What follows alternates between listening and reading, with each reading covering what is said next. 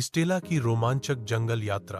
बारिश की बूंदों ने धरती को भिगो दिया था और दूर कहीं एक छोटी सी लड़की स्टेला जंगल की ओर चल पड़ी थी।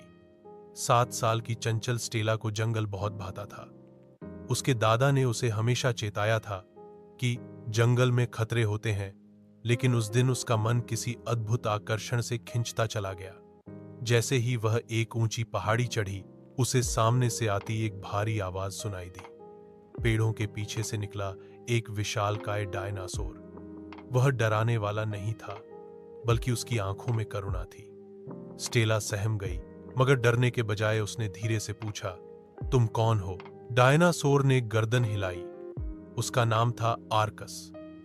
वह हजारों साल से इस जंगल में छिपकर रह रहा था। स्टेला ने बताया कि वह रास्ता भटक गई है। आर्कस मुस्कुराया और बोला, मैं तुम्हारी मदद करूंगा। जैसे ही वे पहाड़ी से नीचे उतरे, एक तेज नदी उनके सामने आ गई। बारिश से नदी उफान पर थी और उसमें एक मगरमच्छ तैरता हुआ दिखाई दिया। मगरमच्छ ने को देखा और धीरे धीरे पास आने लगा। तभी आर्कस ने जोर से पैर पटका और मगरमच्छ डरकर पानी में गायब हो गया। अगली चुनौती थी जंगल की झाड़ियां। वहां से एक सांप फुफकारते हुए निकला, लेकिन तभी एक तेज आवाज आई। कांव कांव।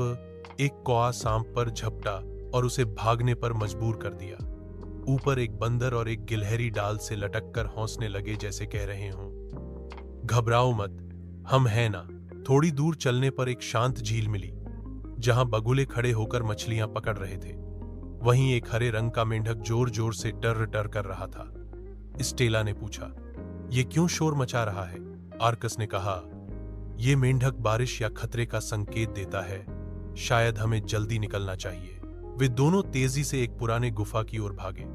गुफा के भीतर एक चित्र बना था, जिसमें इंसानों और डायनासोरों की दोस्ती दिखाई गई थी। स्टेला ने आश्चर्य से कहा, तो यह सब सच है? जब बारिश थमी तो स्टेला वापस चल पड़ी। आर्कस ने उसे उस रास्ते तक छोड़ा जहां से उसकी बस्ती दिखाई देती थी। स्टेला ने उसे गले लगाया और पूछा, तुम फिर मिलोगे? आर्कस ने गर्दन झुका दी, जैसे कह रहा हो, हाँ। स्टेला वापस घर पहुंची। उसके दादा दादी ने उसे देखकर राहत की सांस ली।